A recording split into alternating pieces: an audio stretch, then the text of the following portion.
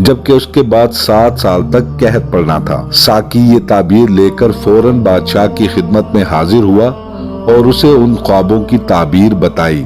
بادشاہ اپنے خوابوں کی تعبیر سن کر یوسف علیہ السلام کی علمیت اور ان کی دانش مندی کا قائل ہو گیا اور حکم دیا کہ فوری طور پر یوسف علیہ السلام کو دربار میں لایا جائے۔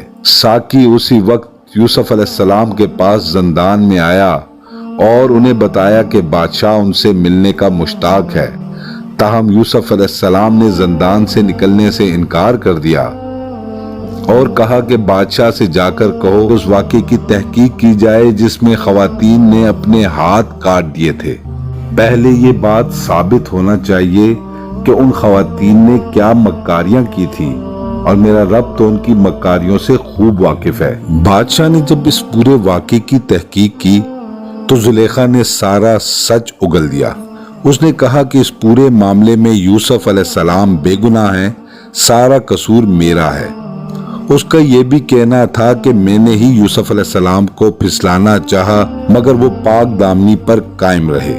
زلیخا نے بھرے دربار کے سامنے اپنا جرم قبول کیا اور یہ بتایا کہ یوسف علیہ السلام ہمیشہ پاک دامن اور پاک باز ہی رہے۔ ان کو بے گناہ زندان میں ڈلوایا گیا اور اس سازش میں زلیخا اور دوسری خواتین شامل تھیں۔ بادشاہ اور پورے دربار کو جب حقائق کا علم ہوا تو ان کے دل میں یوسف علیہ السلام کی عزت اور قدر و منزلت مزید بڑھ گئی۔ پھر بادشاہ نے کہا کہ ایسا عالی مرتبت اور دانشور انسان زندان میں بے گناہ پڑا ہوا ہے، اسے فوری طور پر ہمارے سامنے لایا جائے تاکہ ہم اس سے کوئی خاص کام لے سکیں۔ پھر یوسف علیہ السلام کو پورے عزت و احترام کے ساتھ بادشاہ کے دربار میں لایا گیا۔ بادشاہ جب یوسف علیہ السلام سے ملا تو ان کی فہم و فراست اور دانشوری سے مزید متاثر ہو گیا۔ بادشاہ بولا کہ بے شک آج کے بعد آپ ہمارے لیے ایک خاص قدر و منزلت رکھتے ہیں۔ پھر بادشاہ نے یوسف علیہ السلام سے دریافت کیا کہ آپ نے میرے خوابوں کی تعبیر قحط سالی بتائی ہے تو بتایا جائے کہ اس کا تدارک کیسے کیا جائے۔ یوسف علیہ السلام نے فرمایا کہ میں یہ تمام معاملہ بخوبی حل کر سکتا ہوں، آپ مجھے اپنے خزانوں کا نگران مقرر کر دیں۔ بادشاہ نے اسی وقت یوسف علیہ السلام کی اس بات کو تسلیم کر لیا اور یہ حکم جاری کر دیا کہ آج کے بعد یوسف علیہ السلام اس ملک کے وزیر خزانہ ہوں گے اور تمام خزانوں کے وہ نگران ہوں گے۔ بادشاہ نے یوسف علیہ السلام سے دریافت کیا کہ آپ نے میرے خوابوں کی تعبیر تو بیان کر دی مگر اب اس قحط سالی کا تدارک کیسے کیا جائے؟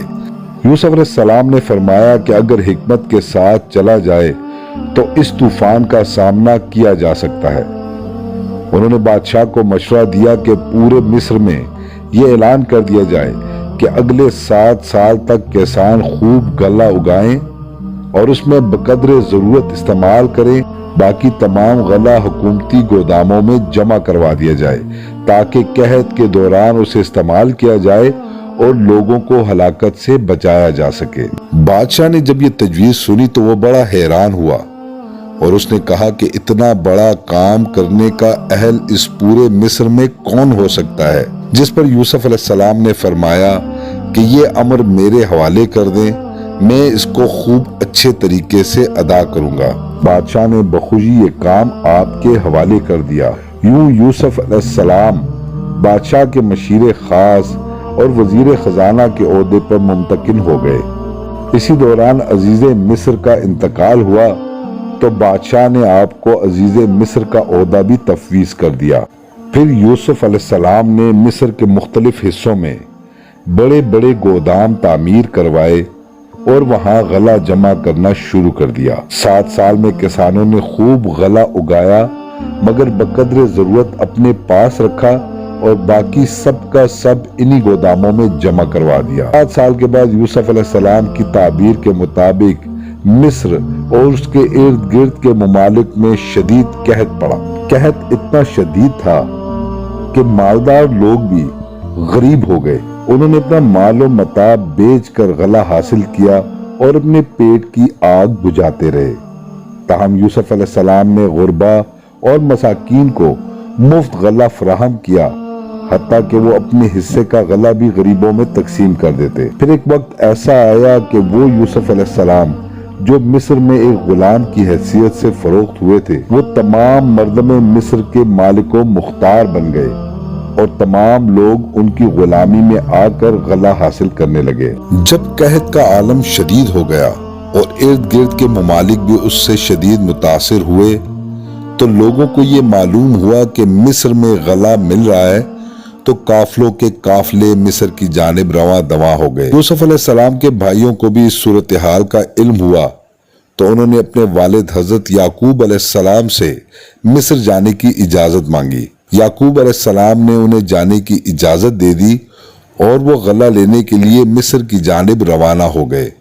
تاہم یوسف علیہ السلام کے سگے بھائی بنیامین ان کے ساتھ نہ گئے اور یعقوب علیہ السلام کی خدمت کے لیے وہیں کنعان میں رک گئے۔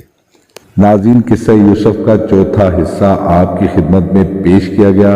امید ہے آپ کو پسند آیا ہوگا۔ اسے لائک اور شیئر ضرور کیجیے گا۔ قصہ یوسف کے 5ویں حصے کے ساتھ جلد آپ کی خدمت میں حاضر ہوں گے۔